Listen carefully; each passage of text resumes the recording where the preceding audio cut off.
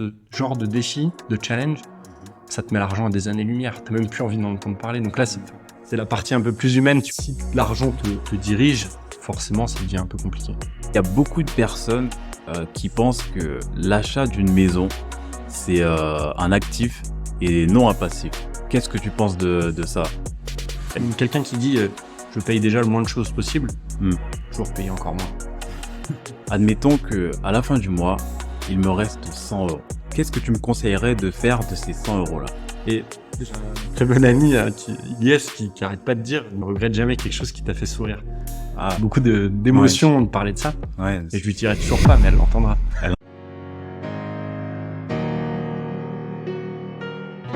Merci Alexis de venir sur Dis-moi en plus. Ça me fait extrêmement plaisir que tu puisses venir nous partager et nous parler d'un sujet qui nous concerne tous. On va parler d'argent aujourd'hui. Alors pas de jeu d'argent, hein, mais plutôt de l'argent au sens large, d'investissement, enfin vraiment de façon à ce que déjà que je puisse avoir le b.a.-ba et que les personnes aussi qui vont nous écouter puissent avoir cette éducation peut-être financière ou peut-être même les premiers fibres au niveau de la finance dans le sens large pour que ces personnes-là puissent savoir quoi faire en fait de leur argent. Merci Nipson de m'inviter. Je suis pas sûr qu'il y ait une réponse, en tout cas que ça soit tout blanc ou tout noir à la sortie de cet épisode, mais en tout cas, ouais, on essaiera d'aiguiller au maximum ceux qui vont l'écouter ou pas d'ailleurs, mais qu'il y ait au moins des éléments pour qu'on puisse répondre à certaines questions, en tout cas, que le commun des mortels. On a beaucoup d'idées sur l'argent, et du coup, l'idée c'est d'avoir une orientation un peu plus précise. Ouais, complètement. Et en plus de ça, je t'ai vu à l'école très tôt. T'es très doué avec les chiffres, très doué en maths. Et au final, aujourd'hui, t'es là.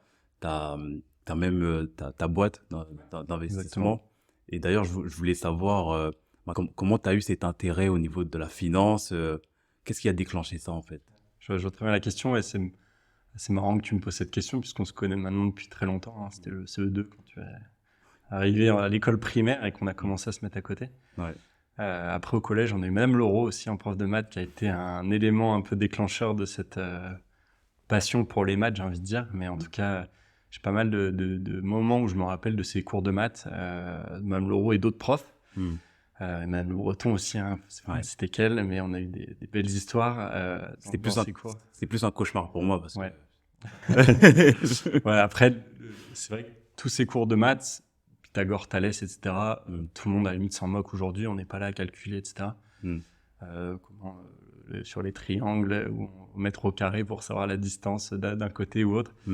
Ça, à la limite, on s'en moque. Par contre, cette fibre mathématique, je l'ai eue, c'est vrai, assez rapidement. J'aimais beaucoup ça. T'étais pas mauvais non plus, d'ailleurs.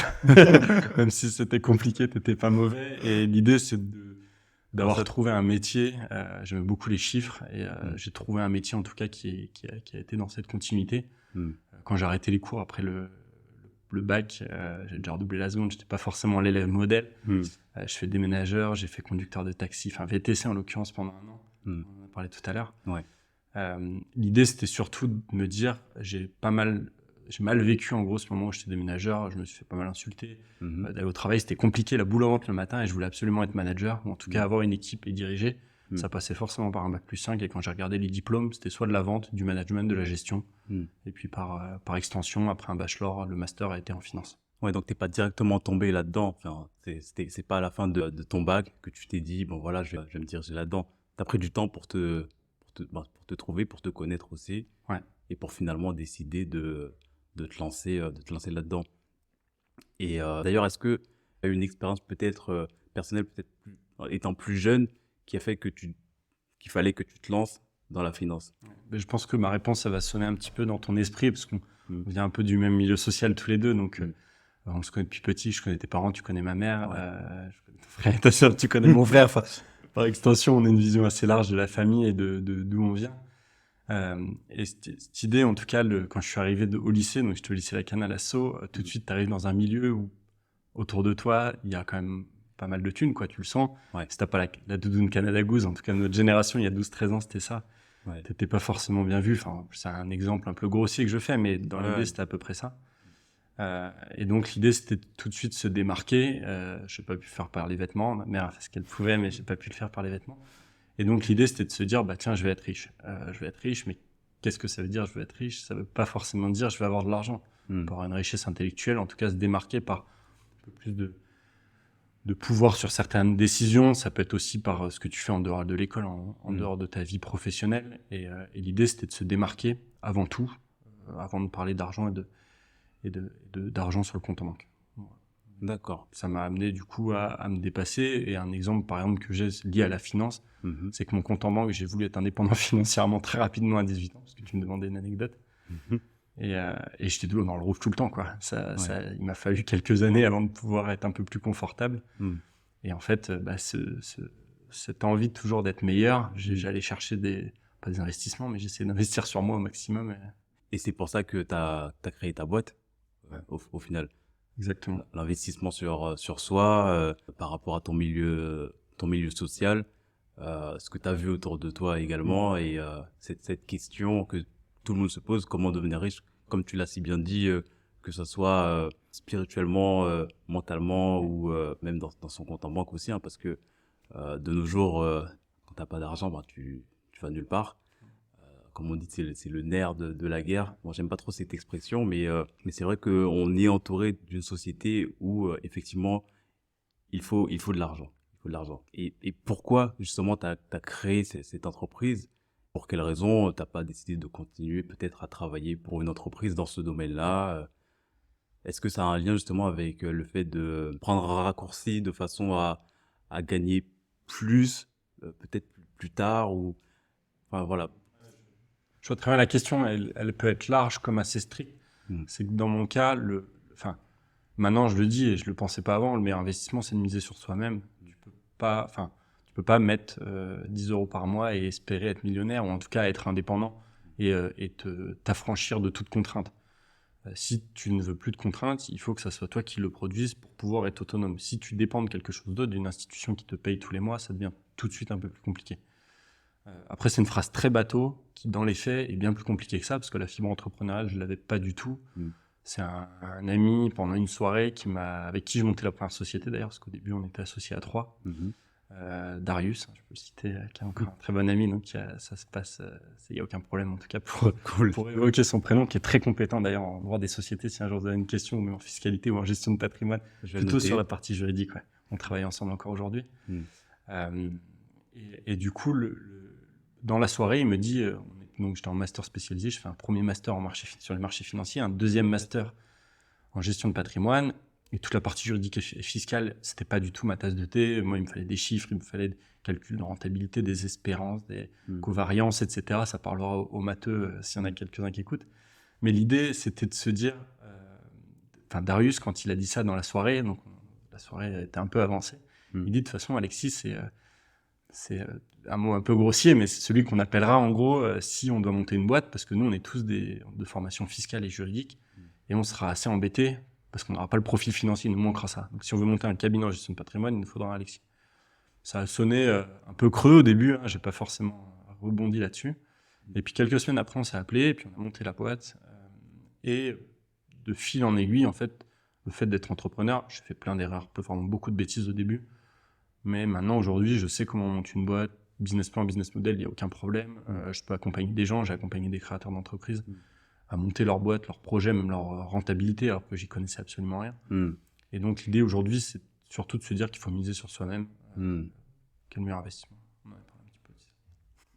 J'aime bien le fait de miser sur soi-même, et je pense que, comme tu l'as dit, c'est le meilleur investissement que quelqu'un puisse réaliser. Et lorsque tu es arrivé dans ce milieu-là, est-ce que justement tu as une idée des mythes ou des idées préconçues que tu as rencontrées ou que l'on se fait au sujet de l'argent et de l'investissement?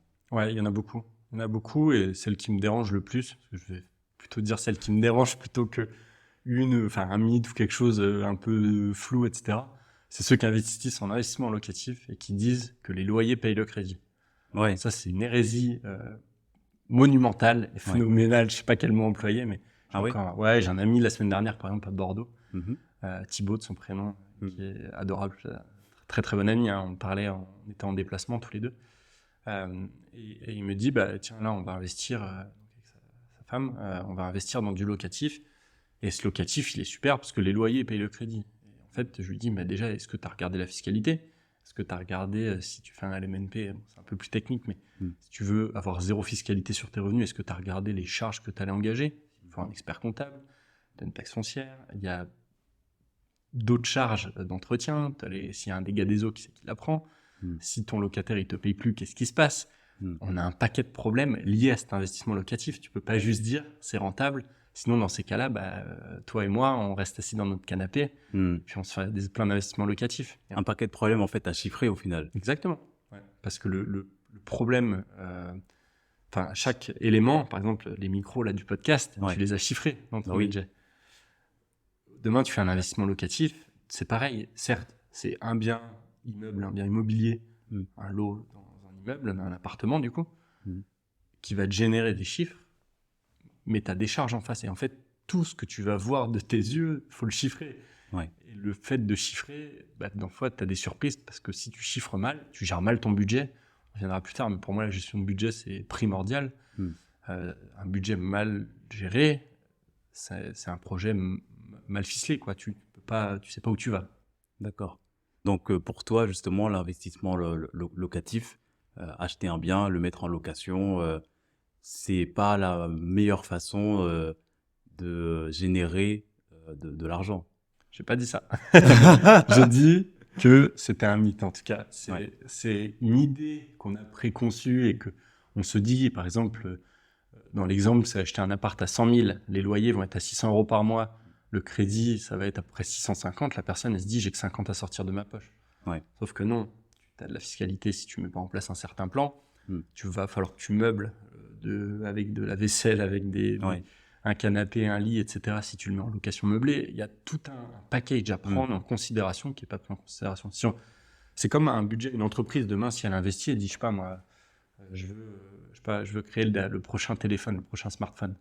Ok, mais mec, tu as regardé tes concurrents? Est-ce que tu sais combien tu vas devoir mettre en marketing, communication pour le vendre, ton produit? Si tu dis juste, mon produit, je le vends à 800, il me coûte 600 à fabriquer, je gagne 200, ouais, super rentable ton projet. Par contre, tu l'as pas encore vendu. Ouais, c'est sûr. Toujours une histoire de budget. C'est intéressant. Et je voulais savoir, dans ce milieu de l'investissement, quel est le rôle de la psychologie de l'argent? Est-ce que la psychologie de l'argent influe-t-elle sur sa façon d'investir, sur le fait de se dire, voilà, je vais me lancer dans un projet locatif, immobilier. Quel est le rôle de la psychologie de l'argent et qu'est-ce que la psychologie de l'argent pour toi? Ouais, super. Très bonne question. Parce que la psychologie de l'argent, c'est un sujet qui est hyper vaste. T'as la tienne, j'ai la mienne. Et même le fait de dire psychologie, c'est un sujet déjà hyper large par définition. Et l'attribuer à un être humain, c'est hyper critique et compliqué à définir. Moi, je pense que les décisions qu'on prend aujourd'hui dans la vie de tous les jours, et même ce podcast, quand je suis allé courir ce matin au parc de Sceaux, des choses comme ça, on cherche un bien-être, mais avant tout, on a des objectifs dans la vie. Je fais ça, donc j'ai un Ironman le 19 octobre, comme ça je le cale sur la vidéo. Je vais suivre. Ça annoncer qu'on me double, comme certains diront, mais en tout cas, il va falloir que je m'y tienne. Ça, c'est mon objectif. Sur la psychologie de l'argent, évidemment, c'est investissement sur moi-même, sur une course sportive où je vais rien gagner, ça a des coûts. Donc forcément, je l'ai mis en valeur. Est-ce que les 800 € du dossard, est-ce que le nouveau vélo, est-ce que les 5 000 € ou autre, ça vaut le coup? Donc ça, c'est la première chose. Donc ça va être l'investissement loisir. Est-ce que ce bonheur que je vais réussir à créer, il vaut ces 5 000 ou 6 000 Il y a des gels aussi à compter, donc peut-être 10 000 €. Mais pareil, un investisseur qui va regarder, la psychologie de l'argent, elle dépend de lui-même. Est-ce qu'il a soif de pouvoir? Est-ce qu'il veut 20 apparts dans Paris? Est-ce qu'il veut faire comme tous les mecs qu'on voit sur les vidéos, soyez riche et indépendant à 30 ans ou des choses comme ça. Donc l'idée, c'est vraiment de savoir ce qu'on veut soi-même, et après, déjà, on aura une idée de sa psychologie par rapport à l'argent. Et après, est-ce que cette psychologie va se transformer en investissement? Parce que des fois, on peut avoir une psychologie de se développer au maximum et de ne pas le faire.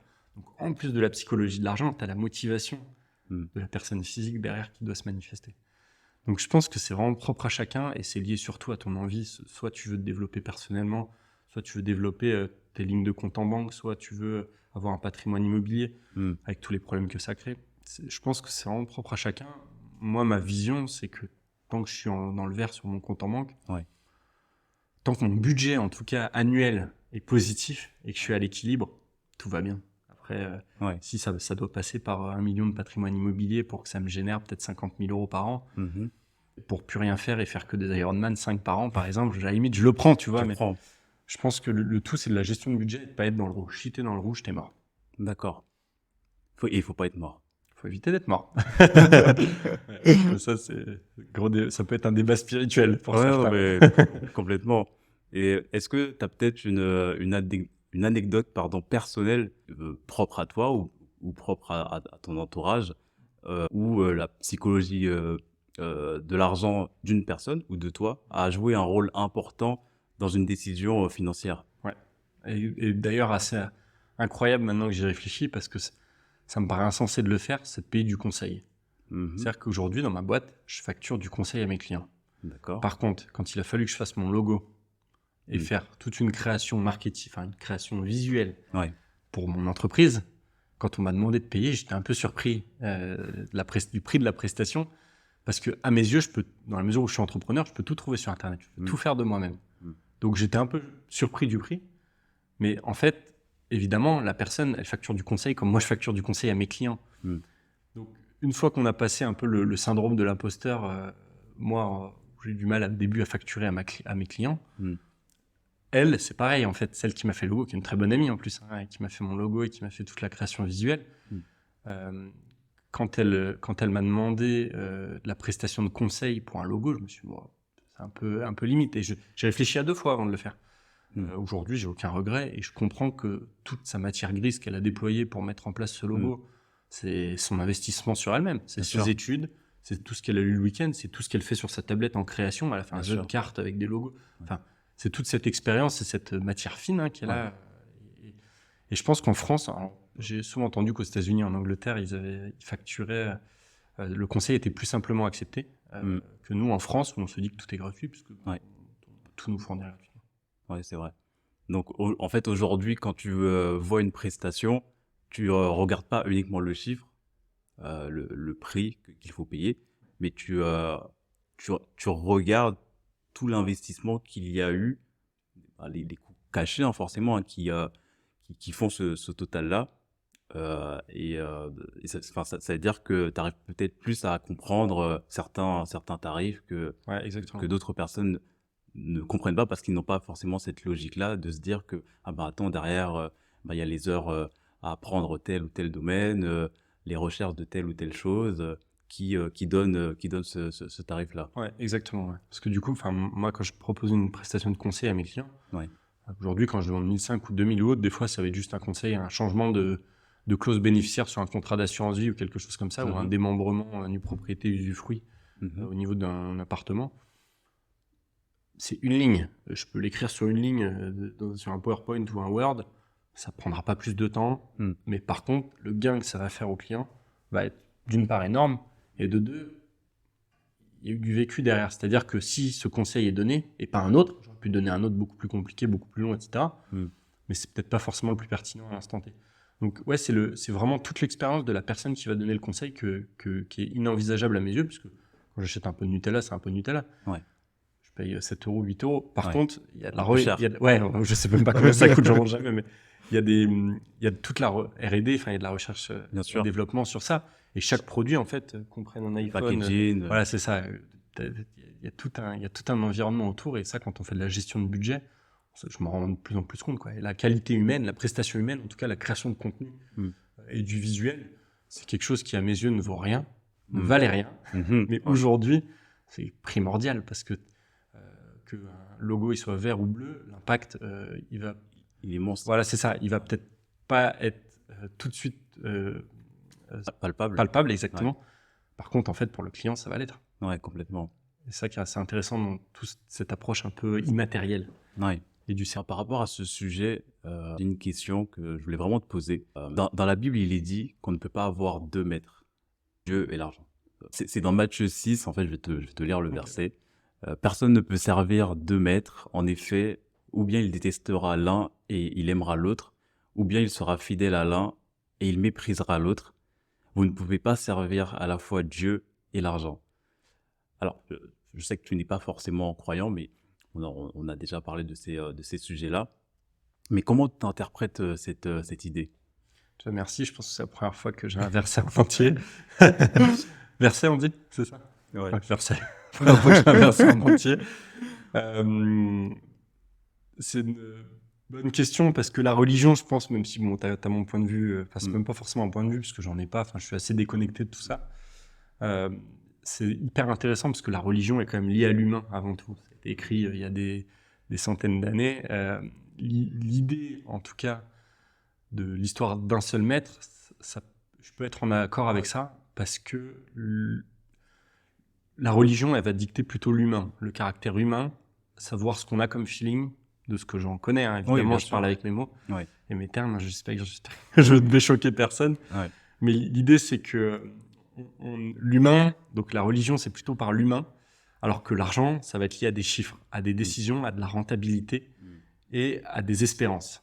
Que demain, la religion, enfin, plutôt demain, si j'étais plutôt pratiquant et que j'étais guidé par ma foi, demain, quelqu'un me demande de l'aide dans la rue, je vais aller l'aider. Je vais pas me dire, tiens, non, faut que j'aille travailler ou je vais perdre tant de rentabilité parce que je vais pas travailler pendant une heure. Donc, il y a un lien qui est quand même très humain, je pense, qui est essentiel de nos jours, qui se perd un peu dans la mesure où on est dans des grandes métropoles. Ouais. Et le fait de la mondialisation, on est un peu zinzin, hein, franchement, Ouais. faut le dire. On ne dit plus bonjour à son voisin, enfin, c'est des choses Ouais, c'est vrai. qui sont des concepts un peu de base. Hein, dans les villages, tu connais encore tous les voisins, Et c'est beau. les petits producteurs. Bah ouais, c'est super ça. Mm. Et je pense que la religion, justement, permet de conserver cette connexion, puisque c'est des valeurs qui ont été transmises depuis des siècles, sans toute cette technologie qu'on a aujourd'hui. Et donc, on peut pas avoir deux maîtres. Je pense que ça se défend, en tout cas, ça se tient. Alors, évidemment, moi, ça va pas être avec des mots religieux, mais oui, on peut pas être guidé que par l'argent. Quelqu'un qui est guidé que par l'argent, il aura pas forcément un fond mauvais, mais les décisions qu'il va prendre, elles vont être intéressées. Et D'accord. quelqu'un d'intéressé, à terme, il va pas forcément s'entourer des bonnes personnes, à mes yeux. Ouais. Peut-être ça sera des bonnes personnes, mais qui potentiellement peut-être seront intéressées aussi à un moment. Ça se trouve, ça sera un entourage très bien, très cool, il passera des très bons moments, etc. Mais la valeur humaine sera perdue. Et si je peux faire un parallèle, tu vois, du coup, moi, ce qui a changé un peu ma vision par rapport à l'argent et l'idée d'être riche et l'envie d'être riche, donc ma gentille mère m'avait inscrite pour être bénévole. Donc j'ai été ramasseur de balles pour le tennis malvoyant à Sceaux, là, donc, qu'on connaît très bien à la Grenouillère, Je me pour rappelle. ceux qui sont déjà à la piscine. Ouais. Et du coup, pendant presque 7-8 ans, j'ai fait arbitre, juge de ligne, non, ramasseur de balles, juge de ligne arbitre, dans ce tennis international avec les meilleurs mondiaux. Donc de mecs qui clairement n'ont plus de jambes. Ah Plus ouais. de jambes, où Ouais. t'as une jambe en moins, t'as un genou retourné, t'as Ouais. une cheville, enfin bon bref, c'est Impressionnant de voir ça. incroyable. Enfin, humainement, tu te dis... voilà. Et là, depuis peu, ça fait 4 ans maintenant, quand je suis retourné sur Paris après Marseille, je cours avec un Lars, du coup de son prénom, qui est malvoyant, qui a un parcours de vie incroyable. Il est allé jusqu'à faire du lobbying au Parlement européen, puisque Incroyable. voilà, ça, il a fait Sciences Po à Lille. Ah C'est oui. un Allemand, il a vécu à Bruxelles, il a fait ses études à Lille, maintenant il est à Paris, Ouais. responsable de l'Association européenne des malvoyants pour le développement dans les villes. C'est dingue. Exactement, et à Paris, je courais tous les mardis avec lui. Maintenant, on fait les marathons ensemble, donc on a Hambourg dans 3 mois. Et Wow. clairement, ce genre de défi, de challenge, ça te met l'argent à des années-lumière. T'as même plus envie d'en entendre parler. Donc là, c'est la partie un peu plus humaine, tu vois. Tu m'ouvres une parenthèse humaine, je te raconte, moi, comment je vois maintenant ma définition de l'humain, sans penser à la religion. Mais si je dois le traduire, si j'étais quelqu'un de religieux, je pense que ça pourrait très bien s'assimiler à ça. Et humainement parlant, tu t'en as les larmes aux yeux, tu peux chialer, quoi. Il n'y a pas de... Ouais, complètement. Il y a pas de problème que l'argent ne me donnera pas ces émotions. Ouais. Et donc, je sais où je vais. J'ai cette envie d'être riche a tout de suite été stoppée par toutes ces... tout ça n'empêche que peut-être je le deviendrai un jour, mais en tout cas, aujourd'hui, ça me guide pas. Ouais. En fait, t'es pas drivé par l'argent. C'est pas l'argent qui décide de tes décisions. Et ben, au final, je pense que, ouais, effectivement, ce verset, c'est ce qu'il il met surtout en avant, c'est le fait de pas courir derrière les richesses matérielles, mais plutôt spirituel, comme tu l'as dit, le fait d'investir sur soi, par exemple, et de ne pas faire les choses pour les mauvaises raisons. Et si je peux donner un exemple, tout le monde en a entendu parler, par exemple, pendant la crise financière qu'il y a eu en 2008, énormément de personnes se sont suicidées, par exemple. Et il y a beaucoup d'éléments qui ont montré que c'est parce que ces personnes-là se sont retrouvées sans argent Oui. et qu'ils ont tout perdu. Il y a sûrement eu sûrement des patrons de PME, par exemple, qui sont mis dans l'ombre. Hein. On les voit pas à la télé. Ouais. Ils sont propres à leur quartier et ils se développent comme ils peuvent. C'est leur bébé, c'est l'histoire d'une vie. La plupart du temps, quand tu as Oui. une PME, que tu as 3 salariés, C'est vrai. t'es le chef de ta famille, Ouais. ou la chef de ta famille, puisque ça Ouais. peut être très bien féminin, il n'y a aucun problème là-dessus. Et oui, et le jour où il n'y a plus d'argent, il n'y a plus d'économie, plus rien ne tourne, bah, c'est terminé. Et là, les valeurs humaines, elles soit s'envoler en fumée par la perte justement d'un être cher, ou alors ça peut remotiver les troupes, ressouder un peu tout le monde. Mais voilà, si l'argent te dirige, forcément, ça devient un peu compliqué. Ouais. Donc il faut faire en sorte que l'argent ne te dirige pas. Ouais. Et sachant que tu peux être riche quand même, sans que l'argent te dirige ou pas. oui, bien sûr. On ne dit pas de ne pas avoir d'argent, hein. Mais on dit juste qu'il faut faire les choses pour des raisons qui dépassent l'argent. Et je voulais savoir quels sont les concepts financiers que tu considères les plus essentiels au niveau de l'éducation financière de base. Alors, c'est un large sujet en France, parce qu'on a quand même beaucoup de mal sur ce concept-là, sur l'éducation financière. Je trouve qu'on est un peu à la ramasse au niveau de l'école. Enfin, moi, j'ai jamais été formé. Bon, après, c'était en école de commerce, donc c'est arrivé plus tard. Mais quand on est pitchoun, tout minot, il se passe rien, quoi. On a accès à rien. Non. On nous dit pas comment gérer un budget. Pour moi, l'essentiel, c'est le budget. C'est-à-dire que sur une année, c'est pareil, une entreprise, quand elle fait un projet, elle planifie ses dépenses post-projet. Aujourd'hui, on a des dépenses, donc si c'est un crédit, c'est à taux fixe, c'est pas à taux variable, puisqu'on est en France. Le loyer, c'est pareil, on sait à peu ou prou le prix, combien il va être, et augmentation des loyers, à la limite, on prendra peut-être 3-4% l'année prochaine, mais c'est tout. Le salaire, on sait à peu près ce qu'on a. Alors évidemment, si on travaille plus, au bout d'un moment, ça va creuser un petit trou dans la balance, mais le salaire, c'est le revenu. En face, tu vas mettre toutes les dépenses. Tu peux te laisser une enveloppe d'investissement, tu peux te laisser une enveloppe de gestion de vie. Une fois que tu as fait ce budget, tu sais où tu vas. Si demain, tu te fais la teuf pendant 1 mois, 2 mois, 3 mois, tu regardes ton compte rouge parce que tu as pris plein de bouteilles en boîte, là, oui, t'es pas bien. Mais si tu as géré ton budget et que tu sais que tu as 400 € pour aller en boîte pendant 3 mois, si tu te fais une soirée à 350, bah, il te reste 50. C'est bête et méchant. Ça a un impact sur ta vie de tous les jours puisque tu sais que tu peux faire la fête quand même. Mais par contre, l'impact chiffré, c'est quelque chose de concret. Tu vas pouvoir le faire. Tu pourras quand même aller en boîte. Tu pourras pas te payer la bouteille et la table avec tous tes copains. Mais par contre, l'idée de se dire de traduire tous les mouvements de la vie et tes utilisations, enfin en tout cas un loyer ou des choses comme ça, le traduire en chiffres, c'est un truc, c'est assez bateau quoi à faire. En théorie, sur un Excel, je pense que ça tient. Pire, il y a besoin de 4 ou 5 postes de dépenses, gros postes. Puis derrière, le dentiste, l'ophtalmo, etc. Plus c'est remboursé, mais toutes ces dépenses, tu peux à la limite les lisser sur une année. Tu n'es pas obligé de te dire, bah tiens, le 15 mars, il faut que j'aille acheter, je sais pas, 3 kilos de patates pour l'anniversaire de Quentin ou je sais pas qui.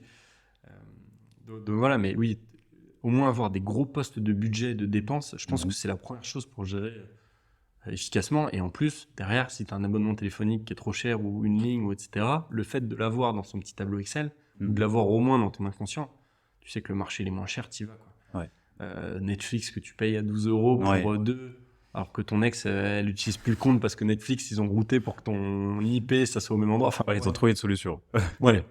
Supprime le deuxième compte, quoi. Tu gardes ton compte pour une personne. Donc je pense que la gestion du budget, c'est vraiment la chose essentielle. Et après, ça peut arriver que tu as un budget déficitaire. Hein. Et là, du coup, tu vas jouer sur ta trésorerie que tu as fait avant, ou ton cash flow. Et si tu n'as pas de trésorerie, et ben là, justement, il faut que tu trouves vite des solutions pour te remettre à flot. Mais en tout cas, tout s'anticipe. Et ça évite justement d'avoir des situations où 3-4 mois après, tu te retrouves avec des impayés où potentiellement, ça va atteindre ton côté humain, ta personnalité, tu vas moins être agréable avec les gens, tu vas être plus agressif. Complètement. Parce que potentiellement, tu vas dire, merde, ce mois-ci, je suis dans le rouge. Je dors pas bien. Voilà, exactement, tu dors pas bien, t'as plus envie de faire de sport. Moi, ça peut être mon cas, par exemple. Le matin, tu vas plus savoir pourquoi tu te lèves. Ouais. Enfin, il y a beaucoup de choses comme ça qui sont entraînées parce que tu auras mal géré ton budget. Je pense vraiment que c'est le budget. D'accord. Et du coup, c'est vrai que c'est une bonne chose de pouvoir gérer le budget.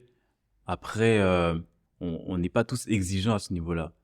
Dans le sens où, par moment, il y a plusieurs personnes, ça m'est déjà arrivé, on a beau se dire, ben voilà, j'ai ce budget-là, je vais pas le dépasser, mais il peut toujours y avoir des éléments extérieurs qui font que qu'on dépasse ce budget. Et est-ce que pour toi, il y a une solution pour vraiment rester dans les clous au final et ne pas se retrouver dans le rouge C'est de mieux provisionner ton budget. Voilà la solution. Tu mets une case et charge exceptionnelle un peu plus grosse que les autres. Non, blague à part, soit il y a ça, mais du coup, c'est pas la réponse attendue. Sinon, ce qui peut être intéressant, c'est de trouver un autre moyen de gagner de l'argent.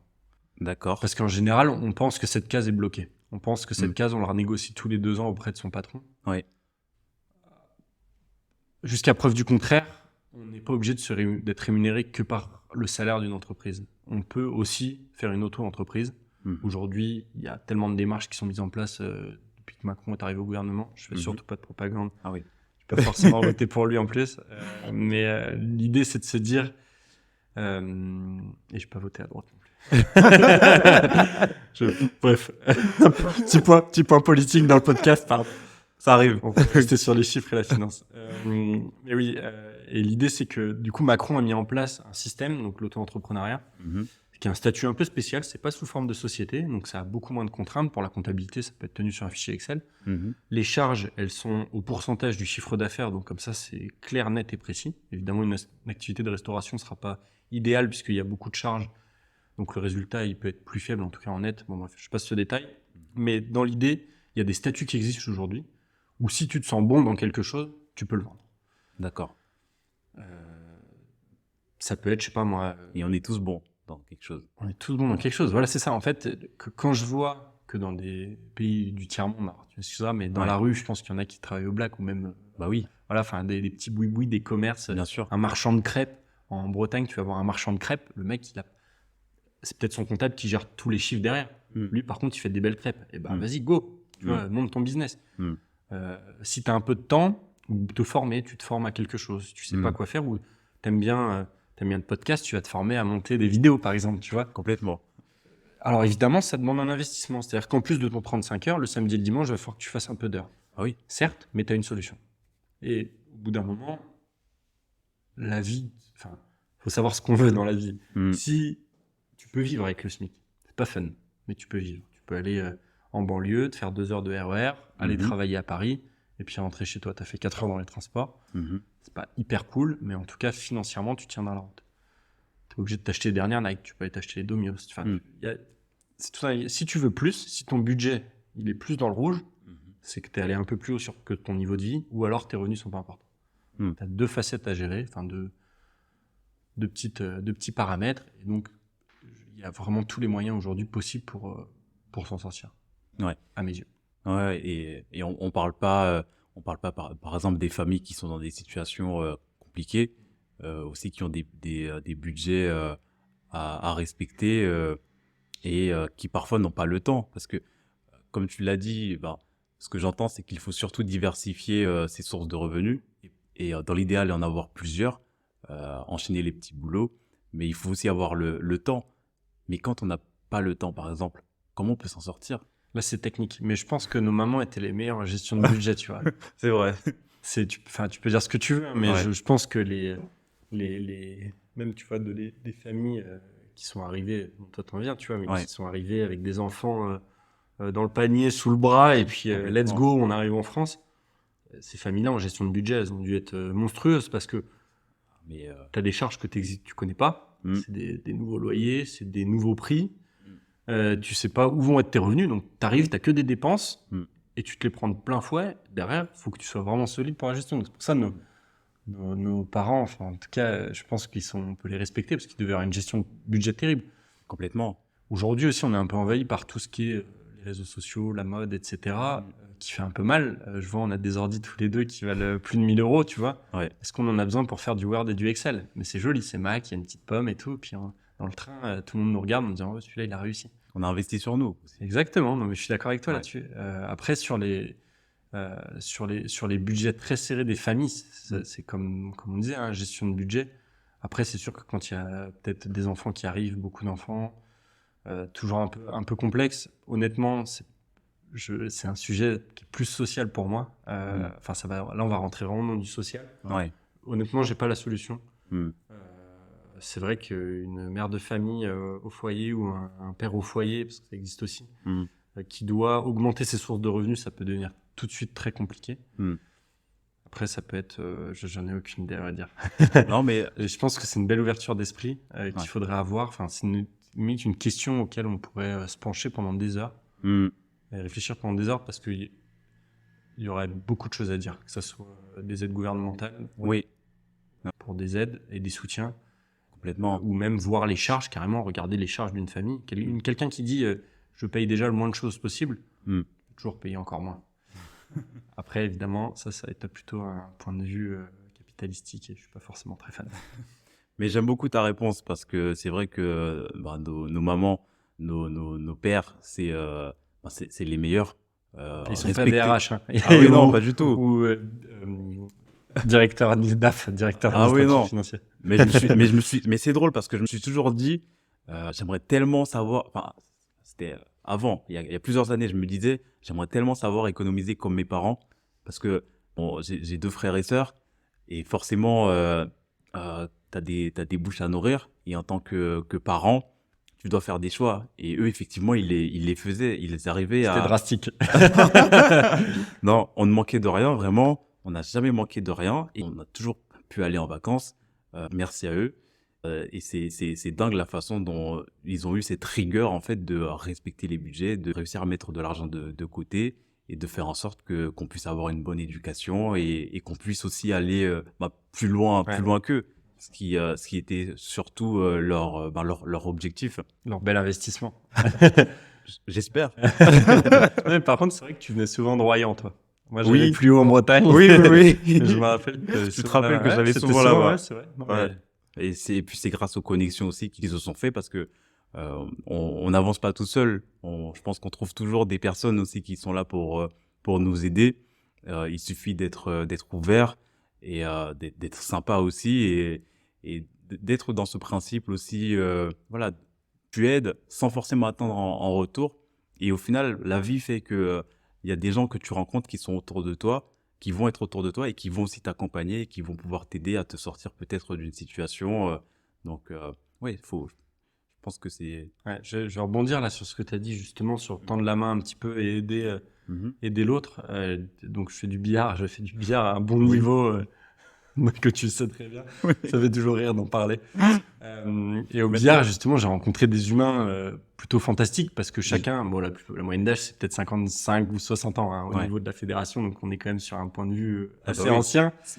Mais il y en a un, justement, qui s'appelle Jacques, 70 ans, qui vit vers Saint-Galmier et qui m'a vraiment beaucoup aidé. Pas forcément au billard, au vélo un peu parce que ouais, maintenant il a été très très fort au vélo. Il a repris la course un peu tard, mais il était très chaud.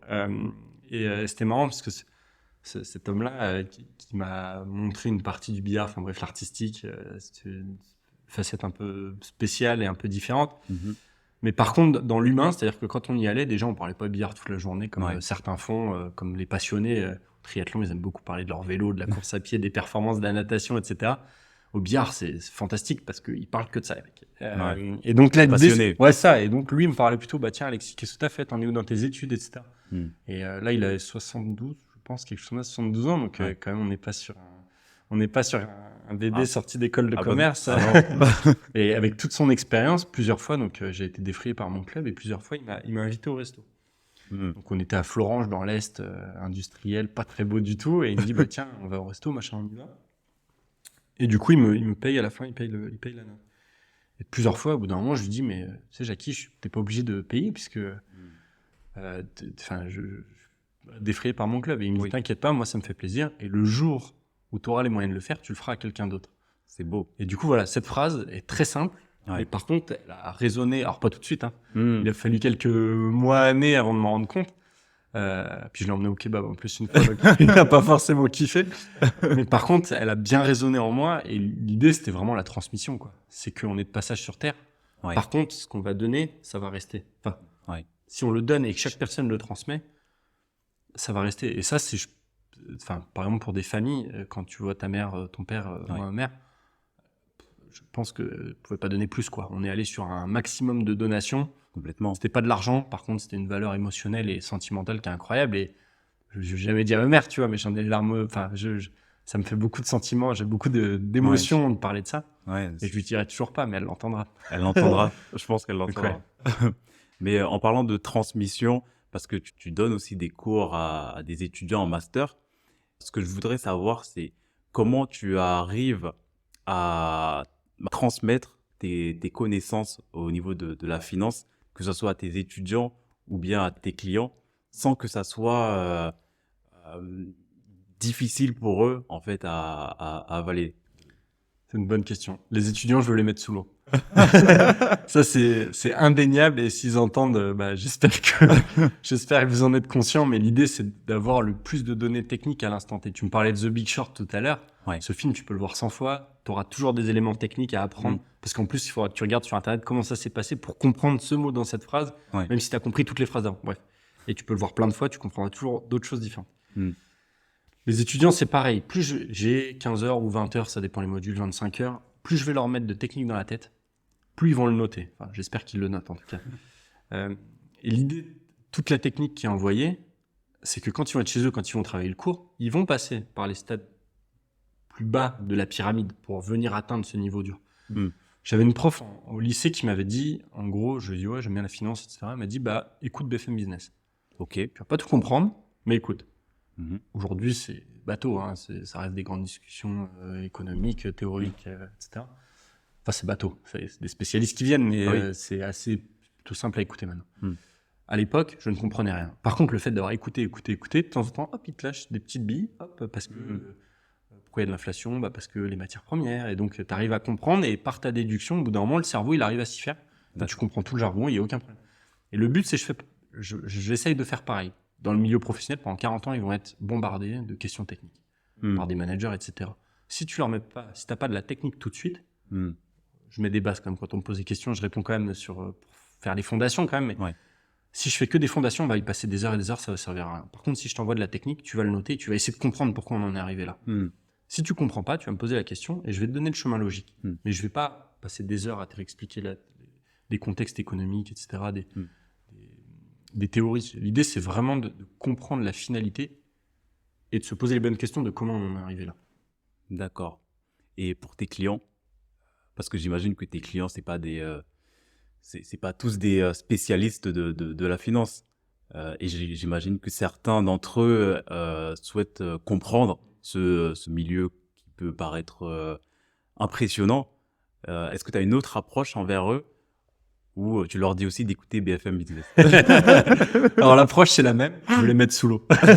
Non, je veux les mettre sous l'eau pendant 30 secondes, ou 1 minute, ou 1 minute 30, selon un peu le mec que j'ai en face de moi, tu vois, parce que c'est un jeu de séduction quand même. Quand tu demandes une facture de conseil à la fin à un client, il y a un jeu de séduction. Le mec, il est là pour tester, pour savoir si t'es le meilleur. Sinon, il peut aller voir la banque ou un autre conseiller. Donc l'idée, c'est quand même de lui montrer que t'es là. Donc tu mets sous l'eau, mais par contre, après, le mec te paye pour lui donner du conseil. Donc, il faut que tu lui expliques. Et pour lui expliquer, ça peut vraiment prendre du temps. Et c'est la partie que je préfère. C'est-à-dire que le mec, il va me poser une question, je vais lui répondre, mon but, c'est d'être technique. Ça, il n'y a aucun problème. S'il me répond sur du technique ou sur une phrase où je vois qu'il a un peu cherché, boum, je le remets. Ok. C'est un petit fight. Tu laisses pas respirer. Tu laisses pas respirer. Le but, c'est de montrer que t'es là. Si t'es trop gentil, que t'expliques trop au début, etc., le mec, il va prendre toutes les informations et il va se barrer. D'accord. Donc, faut être vendeur quand même. Hein. Toi, tu fais de la vente, tu sais de quoi on parle. Hein, mais... Oui, c'est ton business. Exactement, il y a un business derrière. Donc, je suis tout seul. Je sais que je suis pas une banque, donc les gens viennent pas naturellement. C'est à moi de montrer que je suis meilleur que les autres. D'accord. Je montre pendant ce petit laps de temps que je sais m'en sortir, je sais de quoi je parle.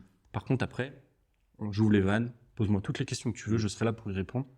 Je te propose quelque chose, si t'es pas d'accord, on change, on tourne. Tu veux moins de rendement, plus de risques, moins de rendement. Enfin bref, on joue sur on peut articuler toutes les classes d'actifs, l'immobilier, je suis indépendant, je peux aller sur n'importe quel marché. Et derrière, on part. et on travaille ensemble, mais avant tout, ouais, la première approche, c'est de le mettre sous l'eau. J'aime bien cette approche-là. Apprendre dans le dur. Ouais. Et par rapport à ton activité, je voulais savoir quelle est ta vision personnelle en fait en matière de gestion de patrimoine et d'investissement et comment ça se reflète dans ta façon de donner des conseils. Ouais, il y a deux choses à regarder quand tu parles d'investissement, c'est la rentabilité et le risque. Mhm. Deux questions, du coup. Ouais. Quelle rentabilité tu veux? Mhm. Quel risque tu es prêt à prendre? Si demain tu me dis, tiens, moi Nipson, je veux 15% par an pour avoir 500 000 euros en mettant 100 euros tous les mois de côté, ou Ouais. quelque chose comme ça. On m'avait dit, mais c'est bon, si tu veux 500 000 euros dans 20 ans en mettant 100 euros de côté tous les mois, ça ferait peut-être une perf à 20%. Je n'ai pas fait le calcul. Ouais. Et après, je vais te dire, bah, tiens, Nipson, ok, 20% c'est cool. Est-ce que tu es prêt à perdre tout ton argent? Même plus que ton argent que tu vas investir. Ah, tu vas me dire, bah non, je mets 100 euros, il faut que ça soit rentable quand même. Mm. Et ben Nipson, 20%, c'est pas possible. Et si demain, un client ou un conseiller financier te dit, je te fais gagner du 5% ou je te fais gagner du 4%, Ouais. Sur les 100 euros que tu ouais, ou sur que t'as- sur l'investissement, sur l'investissement que tu garantie en capital, c'est-à-dire que risque zéro, tu peux fuir, c'est que c'est un arnaqueur, c'est un escroc. d'accord. Le capital garanti, aujourd'hui, on va dire les fonds euros, parce que c'est à peu près ça, c'est garanti par l'État, donc il faudrait que l'État fasse faillite, plus les banques, plus tout le monde. Ouais. On en est un peu loin, il y a On est du lourd loin. là, ouais, il y a du lourd. Ouais. Là, tu peux avoir peut-être 2,5%. L'année dernière, on a tourné entre 2 et 3. D'accord. Garanti. 5-6, on va commencer à se rapprocher du marché action. Mhm. Ça ne sera pas garanti. Et si demain, il y a une baisse de la bourse, tu vas perdre 15 ou 20%. Mm. Tu peux aller jusqu'à 30. On l'a vu pendant le Covid. On l'a vu. Moi, j'étais pas là. Je travaillais pas encore sur les marchés. Mais en 2008, il y a eu des violents chocs aussi. Mm. C'est parti jusqu'à moins 40. Sur certains marchés, même moins 50. Sur le marché action. Et donc, dans l'idée, c'est surtout de regarder ta rentabilité et ton risque. Qu'est-ce que tu es prêt à perdre? Mhm. Combien tu veux gagner et qu'est-ce que tu es prêt à perdre? Une fois qu'on a répondu à ces questions, on peut y aller. Mm. Si on n'est pas d'accord, il va falloir que je te prouve par A plus B Mhm. que c'est pas possible. Ou alors, il va falloir que tu trouves quelque chose d'autre. Enfin, que soit tu acceptes de prendre 1, 2, 3, que tu acceptes de prendre du risque, ou alors que tu baisses ta rentabilité. Mais dans un monde parfait, 15% de rentabilité avec un risque zéro, ça n'existe pas. Ça n'existe pas. D'accord. En fait, il faut être prêt à prendre ce risque-là. Exactement. Il faut être prêt à investir et se dire, bon, ben, cet argent-là, je peux gagner plus comme je peux gagner moins. Et par exemple, on parlait des crypto-monnaies. Mhm. Je te demandais, est-ce que tu es prêt à cet argent ou un placement ETF, Mhm. est-ce que tu es prêt à Est-ce ne que tu pas peux dire ce toucher que c'est qu'un placement ETF? Ouais, c'est un tracker. Tu m'as pris de court. C'est un ETF, c'est un tracker. Ça veut dire que ça va suivre un marché, un indice. En général, c'est un indice. La gestion, donc, quand tu es gérant, ce que j'ai fait du coup pendant un peu plus de 2 ans après les études, tu as 2 points. Tu as la gestion active et la gestion passive, Mhm. avec 2 philosophies différentes. Gestion active, tu vas avoir une équipe de entre 5 et 15, 20 gérants selon les grosses sociétés de gestion. Mhm. Cette équipe de gestion, donc c'est des coûts. Mhm. Tu as des charges, tu as des salaires, tu as un bureau plus grand, tu as plus de matos, les PC, etc. Mhm. Ça, va falloir l'inclure dans le prix de la solution d'investissement que tu vends, dans ton fonds d'investissement. Donc là, c'est entre 1 et 2% par an de frais. C'est-à-dire que si tu places 100 000 euros, tu vas avoir entre 1 000 et 2 000 euros qui vont être entaillés de la perf automatiquement et que tu ne vas pas voir en plus. C'est-à-dire qu'en tant que client, tu ne vas pas le voir. Un ETF, c'est tout le contraire. Donc, à contrario de la gestion active, tu as la gestion passive. Et le principe de la gestion passive, c'est que tu vas prendre un geek moderne, Ouais. que tu vas mettre derrière un écran, et ce mec-là, il va répliquer un indice. C'est-à-dire que, on va dire le CAC 40, c'est celui que tout le monde connaît en France. Ouais. Tu as les 40 entreprises, les plus grosses capitalisations du marché français Mhm. par répartition sectorielle. C'est-à-dire que c'est pas littéralement les 40 plus grosses. Des fois, on va prendre 41e, 42e, et des fois, on va être à 39 dans le CAC, 38, on va être à 41, 42. Je savais même pas. Ça dépend des jours. Et donc, ce CAC, il a une performance. Et l'idée de ce mec-là, qui est tout seul derrière son ordinateur, donc déjà, il n'y a qu'un salaire, il va être payé un peu plus cher. Ouais. L'idée, c'est qu'il va prendre des options et des actions, il va construire un panier, un portefeuille d'investissement, où le but, ça va être de coller la performance exacte de cet indice. Donc, D'accord. demain, moi, j'investis dans des actions du CAC 40. Mhm. Donc, toutes les actions du CAC 40, par exemple, avec la même répartition que comment est composé le CAC. Le mec qui va me faire la gestion active, donc si c'est moi le gérant avec toute une équipe d'analystes, on va te prendre entre 1 et 2% de frais par an. Ce qui veut dire qu'au bout de 20 ans, plus ça va être capitalisé, Ouais. ça va représenter peut-être, 20% de performance, 25%. D'accord. Dans la gestion passive, c'est 0,6% les frais, grosso modo. Ouais. Ce qui veut dire que on va avoir la perf de l'indice, donc la même performance que la gestion active, mais avec 0,6% de frais. Donc sur 10 ans, ça va être que 6%. Et donc tu gagnes 14 points, Ouais. c'est pas 14%, mais en termes de perf, à la fin, il y a 14% d'écart. D'accord. Ok. Si j'étais clair. Oui, non, mais j'avais déjà une petite idée de ce que c'était qu'un ETF. Et apparemment, c'est même la manière sûre, peut-être même la façon de commencer ces investissements lorsqu'on ne s'y connaît pas forcément. Parce que on peut être plus ou moins gagnant en investissant dans la durée sur des ETF. Exactement, ouais. Exactement, parce que bon, ça dépend quand est-ce qu'on rentre sur le marché, quand est-ce qu'on sort. Mhm.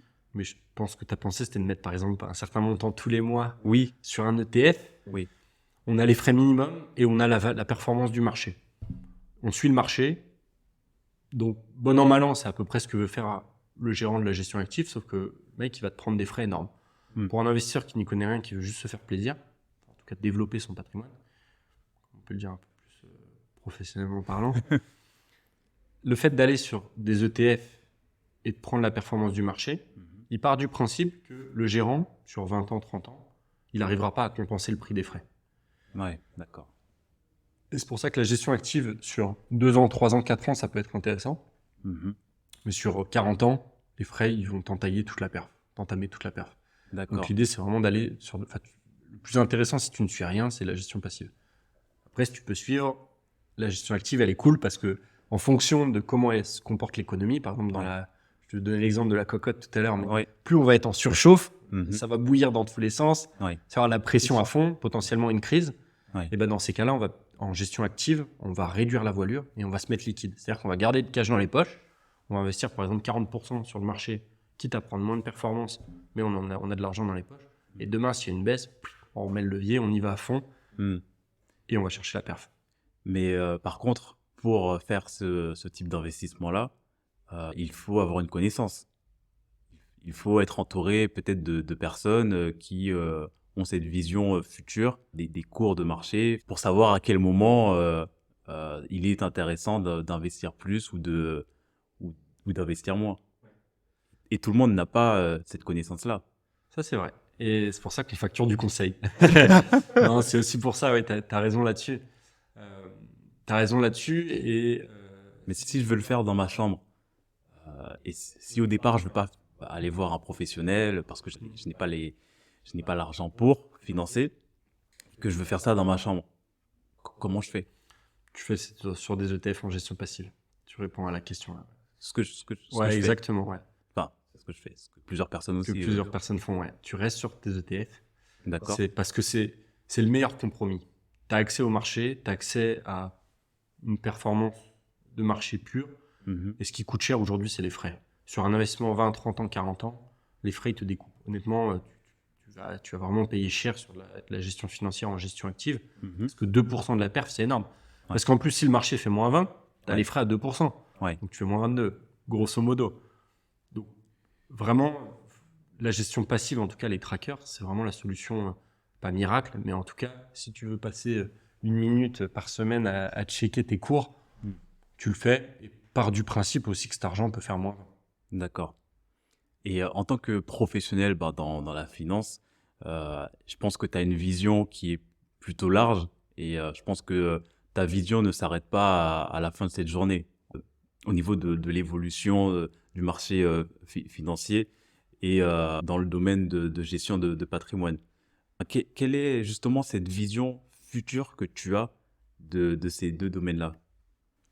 Ouais, alors le sujet, je pense qu'il est propre un peu à tous les secteurs d'activité. Mhm. C'est que l'arrivée de la technologie, en tout cas, a disrupté énormément de secteurs, ce qui est bien, parce que ça permet justement de réduire les charges, de développer un autre système, c'est scalable, on peut aller très vite, on peut le développer très rapidement et on peut avoir un conseil approprié Mhm. très rapidement. Par contre, l'humain, c'est-à-dire que les questions sur mesure, si l'humain n'est pas là, personne ne sera là pour interpréter la décision du robot. Hmm. Donc le robot est une bonne chose aujourd'hui, enfin en tout cas le robot advisor, en finance c'est comme ça que ça s'appelle. Robot advisor c'est cool, les algorithmes sont cool aussi pour prendre des décisions. C'est de la finance pure, on sait que ça va suivre le marché, ça va répondre en tout cas à des problématiques. Par contre, voir le marché, le sentir, par exemple réduire la voilure quand c'est un peu haut, ça va être compliqué à mettre en place. Et même sur des questions fiscales et juridiques, quelqu'un qui me dit qu'il va faire un tour du monde dans 1 an et un autre dans 5 ans, les investissements vont être totalement différents. Donc le projet est le même, par contre la vision de la vie et sûrement de ce qu'ils veulent faire, et même dans leur tour du monde, comment ils l'ont budgété, ou alors s'ils veulent déménager dans 3 ans ou 4 ans pour aller dans une autre ville ou autre, il n'y a aucun robot qui te dira potentiellement quoi faire. Je dis pas que j'ai la bonne parole, mais en tout cas, je pense que si tu prends 100 conseillers en gestion de patrimoine indépendants, il y en aura au moins une grosse majorité qui te mettra en avant quelques risques, enfin des précautions à prendre qu'un robot ne fera pas. D'accord. Alors, on a parlé de budget, on a parlé d'ETF aussi.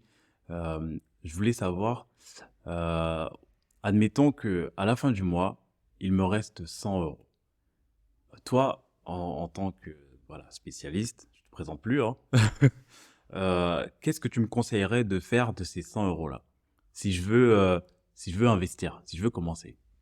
Ouais. On a peut-être déjà répondu à la question, mais Ouais, alors ces 100 euros, déjà, je vais te demander quelle rentabilité tu veux. Si tu me dis que tu veux une rentabilité à 5%, ce qui est plutôt convenable, en tout cas, vu le contexte aujourd'hui et la perf historique du marché action qui est plutôt autour de 6. Mais si tu me dis que tu veux 5%, tu auras 126 000 euros dans 40 ans. combien? 126 000 euros dans 40 ans, si tu mets 100 euros de côté tous les mois. D'accord. Donc, si tu me dis que ton objectif... De côté sur un compte. Sur un compte? Sur ton PEA, sur ton assurance vie. Je te parle net de net. C'est-à-dire qu'on ne prend pas en compte les frais assurantiels, on ne prend pas en compte les frais de gestion, etc. Si tu me dis que ton objectif dans 40 ans, donc à 70 ans, c'est d'avoir 126 000, let's go, fonce. Aujourd'hui, si tu as 100 euros à mettre tous les mois, ça peut commencer par des ETF, en sachant que si demain il y a une crise et que tu as besoin de l'argent parce que tu es sec au niveau de ta trésorerie, dans ces cas-là, il va falloir que tu le retires, tu vas accuser la perte et tu vas perdre peut-être 15 ou 20% de ton investissement. Moi, aujourd'hui, je pense qu'il y a des solutions totalement simples, c'est le livret A. Le livret A, il est plafonné à 22 950 de mémoire ou 22 900, je peux pas en être loin. Ça donne du 3%.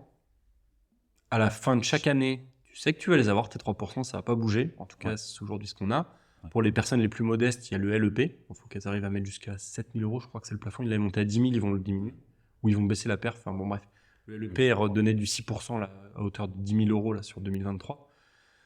Il y a beaucoup de solutions qui existent, qui sont proposées par les banques, sans se creuser la tête, et qui te permettront de développer ton patrimoine avec une garantie. D'accord.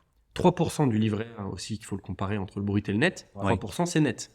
Demain, tu vas sur les marchés, si tu veux 3 net, il te faut 4,6 grosso modo brut avec les 30% de PFU, prélèvement forfaitaire unique. D'accord. Ouais, du coup, je disais que quand tu regardes ta rentabilité, il faut regarder la rentabilité nette aussi. Parce que demain, c'est un investissement brut qui te donne 5%, c'est à peu près du 3,2, 3,3 net. Fiscalité et frais de gestion compris. Aujourd'hui, ton livret A qui te donne ton 3%, il est dans ta poche, tu as 0 risque. Est-ce que tu as vraiment envie d'aller sur le marché action, prendre 5% brut, qui vont te donner du 3,5 net, enfin 3,2, 3,5, en sachant que tu prends le risque. Donc est-ce que c'est 0,2, 0,3, 4,5 valent le risque que tu vas prendre, en sachant qu'il y a aussi une histoire de liquidité, la prime de liquidité. Demain, sur ton investissement ETF, pour avoir du 3,5 net, potentiellement, si tu es en baisse, tu vas peut-être pas vouloir racheter parce que tu vas perdre ton argent. Donc, ça fluctue tous les jours. Ton livret A, tu es tranquille, tu es peinard, tu peux dormir. Et au moins, tant qu'il n'est pas rempli jusqu'à 22 000, n'envisage pas d'autres solutions. Aujourd'hui, moi, le livret A, c'est plusieurs personnes m'ont dit, des amis m'ont dit, je vais mettre 10 000 euros sur un PER, une assurance vie ou autre. Mec, mets sur ton livret A, t'embête pas. Ah ouais, c'est bien. C'est beaucoup plus rentable. 0,5%, ça vaut pas le coup. Là, aujourd'hui, le discours, les mouches ont changé d'âne. Comme on dit, le gouvernement a su proposer quelque chose contre l'inflation. Alors, pas totalement, parce que l'inflation est toujours au-dessus de 3%, mais à 3%, on a une renta qui est pas mauvaise. D'accord. C'est intéressant. C'est quelque chose que j'en avais une idée, mais je sais que beaucoup de personnes ne savent pas ça, surtout lorsque tu te poses énormément de questions et que tu vois autour de toi qu'il y a des personnes qui ont des applications pour suivre le cours du marché sans forcément s'y connaître, hein, mais qui jouent même peut-être les apprentis sorciers, hein, et qui placent leur argent à gauche, à droite. Alors que là, enfin, là j'aime bien parce que tu donnes une solution claire et pour surtout débuter avec un petit budget, plus ou moins. Ouais, après, tu vois, j'ai aussi pas mal de potes qui m'ont dit, bah, j'ai ouvert un PEA et je fais que des actions pures. Mhm. Ça, c'est bien. C'est bien. Il n'y a pas de bien ou pas bien, mais si tu veux de la rentabilité, si tu veux ton 10% par an ou 15%, fonce sur les actions. C'est elles qui vont te le donner. Parce que la volatilité, elle est plus forte. Mhm. Par contre, ton risque est beaucoup plus important. Tu peux perdre aussi beaucoup plus. De temps en temps, par exemple, sur les crypto-monnaies, des amis m'ont dit, ouais, je fais moins plus 20, plus 30, plus 40. Ils me disent, qu'est-ce que t'en penses? Je dis, bah, tu sais quoi, tu vas aller au casino, tu vas tout mettre sur le noir et tu vas doubler. La rentabilité risque, c'est à peu près le même que sur les cryptos aujourd'hui. D'accord. L'argent que tu places sur les cryptos, c'est parce que tu n'es pas satisfait des placements communs. Tu Ouais. veux un x2, x3, x4. Mec, va au casino. Ouais. Tu vas te faire plaisir, tu vas rigoler, tu vas aller avec des copains, tu vas boire une bière. Et basta, quoi. Hein. Et ça te sortira justement de ton écran, de ta chambre. Ouais. Donc voilà. C'est plus la vision que j'ai aujourd'hui du risque à prendre et de la rentabilité. Pour revenir à ce couple-là, rentabilité-risque. D'accord. Alors, tu sais, il y a beaucoup de personnes qui pensent que l'achat d'une maison, c'est un actif et non un passif. Toi, qu'est-ce que tu penses de ça? Est-ce que c'est plus un investissement ou est-ce que c'est plus un achat qu'on dit confort? C'est un actif si tu lèves pas de dette. Question, si tu me dis à crédit, acheter une maison ou un appart à crédit, là on est sur un autre débat. Ouais. Mais si tu achètes un appart parce que tu as le cash, let's go, tu vois. Non, c'est pour revenir un peu plus sérieusement et répondre à ta question. Et peut-être même avant de répondre à la question, est-ce que tu peux rapidement expliquer ce que c'est qu'un actif et un passif? Un actif, c'est ce que tu détiens tout bonnement. Un passif, c'est comment tu l'as financé. Quelle est la dette? Ok. Grosso modo, c'est à peu près ça, c'est ce que tu dois le passif. Ouais. L'actif, enfin en tout cas la maison Mhm. ou l'appart, on va dire le bien immobilier, tant que tu vis dedans, que c'est ta résidence principale, feu, finance-le. Sauf si tu as un projet de tour du monde. Ou que tu as un projet de partir à 2 ans, 3 ans, 4 ans. Mais mathématiquement, c'est prouvé, ça paraît dans ta gestion de budget, d'investissement dans cette maison ou dans ce bien immobilier. Même si tu pars d'ici 4-5 ans, alors après tu as les frais de notaire à éponger, il ne faut pas que l'immobilier baisse, mais on n'a pas encore eu de crack immobilier en France. Ça a souvent été soutenu par des mesures fiscales, on l'a vu. On ne sait pas ce que va mettre en place le gouvernement là. Gabriel Attal, hein, qui est bien jeune, mais on verra si sur l'immobilier il a des propositions. En tout cas, on sait que la hausse des taux là en 2022 a fait s'effondrer le volume des ventes et du coup le prix de l'immobilier. On l'a encore checké tout à l'heure tous les deux. Il y a des sites pour ça, pour voir, et puis plein d'articles. Mais l'idée d'investir dans ta résidence principale, ça évite d'envoyer des loyers par la fenêtre, grosso modo. Ouais. C'est un crédit que tu rembourses sur un actif dans lequel tu es, globalement. Tu vis dedans. Par contre, aller acheter du locatif à crédit, comme on le disait tout à l'heure, à vraiment apprendre avec des pincettes, faut tout checker, la fiscalité, tes charges, les revenus potentiellement évolutifs si tu n'as pas le locataire, etc. Donc ouais, moi je pense que c'est une bonne chose, tant que tu n'as pas la bougeotte et que tu n'as pas envie de bouger tous les 2 mois ou 2 ans, ou 2 ans et demi, 3 ans. Après, si tu fais ça tous les 3 ans, ça peut devenir pénible en termes de conformité. Mais patrimonialement parlant, ça a du sens d'acheter sa résidence principale.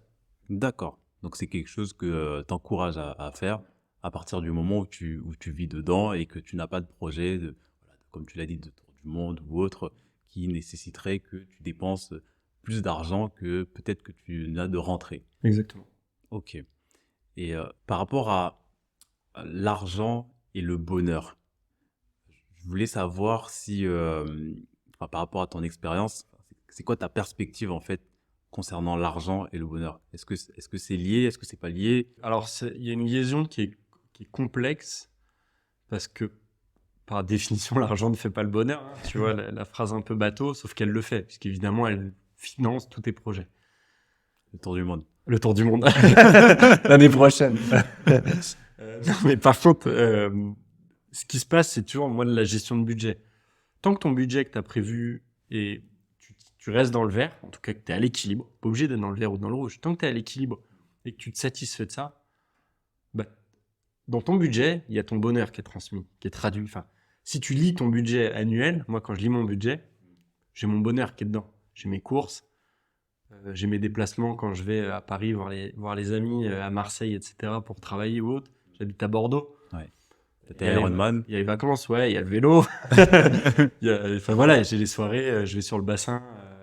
Enfin bref, bassin Arcachon, il y a beaucoup de choses. Les huîtres, etc. Tout ça, c'est dans mon budget. Oui. Et tu vois, j'en ai le sourire à le dire parce que c'est du bonheur. Ouais. Et j'ai un très bon ami, Ilyes, qui arrête pas de dire, n'oublie pas, enfin ne regrette jamais quelque chose qui t'a fait sourire. Ah, Quand je fais mon budget, j'ai le smile, tu vois, j'ai la Ouais. patate, etc. Il est à l'équilibre, tant mieux. Et du coup, l'argent que j'ai en face pour gérer ce budget, je l'ai. En tout cas, c'est dans mes prévisions, je crée mon bonheur Mhm. en fonction aussi de mon budget. Donc, ouais, ça en fait partie parce qu'il faut le financer, le bonheur. Mhm. Mais par contre, c'est pas parce que t'as un hélico que t'as le smile, quoi. Ça dépend, Ouais. tout à chacun, en tout cas. Oui. Chacun voit midi à sa porte. Hein, et, Ouais. moi, en tout cas, mon midi, il est pas forcément très riche. Pas dans un hélico Non. dans ton parking. Non, un vélo, c'est très bien. Un peu de montagne et c'est parti. Et concernant tes clients, ils ont forcément des objectifs de bonheur et des objectifs financiers. Comment tu arrives en fait à lier les deux pour qu'ils puissent s'y retrouver? Mais je leur fais leur budget. C'est-à-dire qu'ils le savent pas. Mais au bout de 5 minutes, quand ils me disent à peu près environ leur patrimoine, leur flux financier, j'ai leur budget. Je sais combien leur patrimoine leur amène, donc pour la gestion des flux de trésorerie. On parle combien ils veulent, etc. Mais c'est surtout, j'apprends à les connaître. C'est-à-dire que pendant une bonne demi-heure, ça peut être 1 heure, ça peut être au resto, je vais souvent en match de foot à Bordeaux, mais ça peut être un peu partout. L'idée, c'est vraiment de discuter de manière informelle avec la personne qui est en face de toi. Si la personne me dit, je veux 10 000 euros d'assurance vie, je lui fais, mais on va parler un petit peu quand même, histoire de savoir comment tu veux le gérer. Pas de problème, ton produit est spécifique. Aujourd'hui, j'ai plutôt une vision large, c'est-à-dire que quand je facture du conseil à un client, je lui prends sa vision vraiment au sens large. L'idée, c'est qu'au début, bah, tiens, il va m'appeler. Alors, je travaille beaucoup au réseau, donc la plupart du temps, ça c'est facile, c'est autour d'un barbecue. Ça va être sur le Vieux-Port à Marseille, tu vois, je te disais, de foot à Bordeaux. Ouais. C'est des cadres qui sont quand même assez cool. Je suis pas au bureau, je suis pas en visio, en télétravail, etc. Complètement. Voilà, il y a une gestion humaine, enfin une vision humaine qui est très cool. Mm. L'idée, c'est de connaître la personnalité de cette personne. Une fois que j'ai la personnalité, je sais à peu près ce qu'il peut attendre. D'accord. Je lui demande pas directement. Si je lui demande directement, il va me dire évidemment, je veux 1 million d'euros et je veux pas prendre de risques. Non, mon ami, c'est pas possible. Par contre, si tu me dis, j'aime bien aller de temps en temps voir des matchs de foot, je me fais des petits restos étoiles avec ma femme, j'ai 3 voitures de collection, une moto, etc. J'ai ma vision, en tout cas, de son budget. Il me l'a pas dit, mais j'ai sa vision. Et dans tous les cas, même toi, Nipson, quand on parle, je sais à peu près quel est ton budget. Oui. Enfin, ton budget annuel, tu vois. Je me doute. Je pense que tu me le cacherais pas, mais mon but, c'est de lire la personne que j'ai en face de moi. Il y a plusieurs personnes de temps en temps qui ont été surprises de dire, bah tiens Alexis, comment tu sais combien cette personne gagne ou comment tu sais qu'il a du patrimoine, ce monsieur ou cette... En fait, c'est mon job et mon but, c'est dans un échange. C'est tout un travail de commercial, hein, oui, on va pas revenir là-dessus. C'est d'identifier et de cadrer tout de suite la personne en face de toi. Sans le voir trop professionnellement, il faut rester humain. Mais une fois que j'ai toutes ces données, je vais pouvoir lui poser les questions de ses attentes, de quelle rentabilité il veut, quel risque il veut. Et là, je vais pouvoir lui dire, on y va pas, on fait ci, on fait ça. Est-ce que tu es chaud de faire ça ? Ouais. Est-ce que ça te convient ? Enfin, et là, on va rentrer dans une discussion plus concrète, mais je sais qui j'ai en face de moi. Et je veux vraiment savoir qui j'ai en face de moi. D'accord. C'est incroyable parce que tu me dis que en connaissant une personne, tu peux définir si cette personne-là a du patrimoine, combien cette personne-là gagne plus ou moins à la fin du mois. Et ça, tu arrives à déceler ça voilà, de par tes connaissances ou... Oui, puis il y a un peu d'analyse, tu as l'expérience de vie. C'est-à-dire Oui. que le mec qui est en face de toi, s'il te dit, bah tiens, j'ai fait le tour du monde pendant 10 ans, j'ai vécu de petits boulots. Si les petits boulots, c'est de faire des tatouages ou de faire la cueillette des pastèques en Australie, Nouvelle-Zélande, etc., tu sais que le mec, il a pas 1 million de côté. Ouais. Par contre, si le mec, il te dit pendant 1 an, j'ai fait le tour du monde et après, j'ai travaillé, Ouais. enfin, c'est plus, tu vois, un esprit critique à se dire, ou je sais pas, la dernière fois, j'étais au bar et il y en a un, il me dit, bah, tiens, c'est X, monsieur X, il a fait les championnats de karting. Ouais. C'est une phrase commune, tu vois, que tu peux déjà entendre. Mais après, j'ai su on a parlé, parce que du coup, je suis venu sur le sujet du billard. Et il m'a dit, oui, moi aussi, quand j'ai fait championnat de France, ok, c'est bon.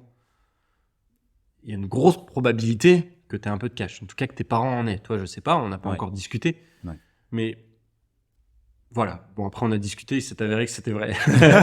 mais un mec super, quoi. Adorable. On a passé une très bonne soirée, on l'a revu et c'était cool. Voilà, c'est vraiment essayer d'avoir un œil critique sans forcément mettre des gens dans des cases. Parce que tu peux vite mettre les gens dans les cases aussi et dire, bah tiens, celui-là, c'est un salopard, il a pas bossé pendant 10 ans parce que papa, maman, il y avait du cash. Pas forcément, c'est peut-être une très bonne personne qui a besoin de prendre du temps pour soi, qui est artiste, on sait pas tout sur les gens, qui fait une dépression, il y a beaucoup de choses qui peuvent arriver. D'accord. Et qu'est-ce que tu penses de l'équilibre entre la poursuite de la richesse matérielle et du maintien d'une vie équilibrée et épanouissante? Ouais, c'est toujours un peu le même débat, tu vois, sur la gestion de l'humain. Ouais. La richesse matérielle, c'est cool. Moi, je suis très gadget. Tous mes potes me disent, Alexis, t'as la dernière montre, je sais pas, j'ai tout connecté sur le vélo, je sais le nombre de tours de pédale que je fais, ça peut, il y en a qui peuvent dire que ça sert à rien. Moi, j'adore, tu vois, je regarde j'ai une ceinture cardiaque quand je cours, je me vois pas partir faire une randonnée, même dans les calanques à Marseille sans ma ceinture cardiaque.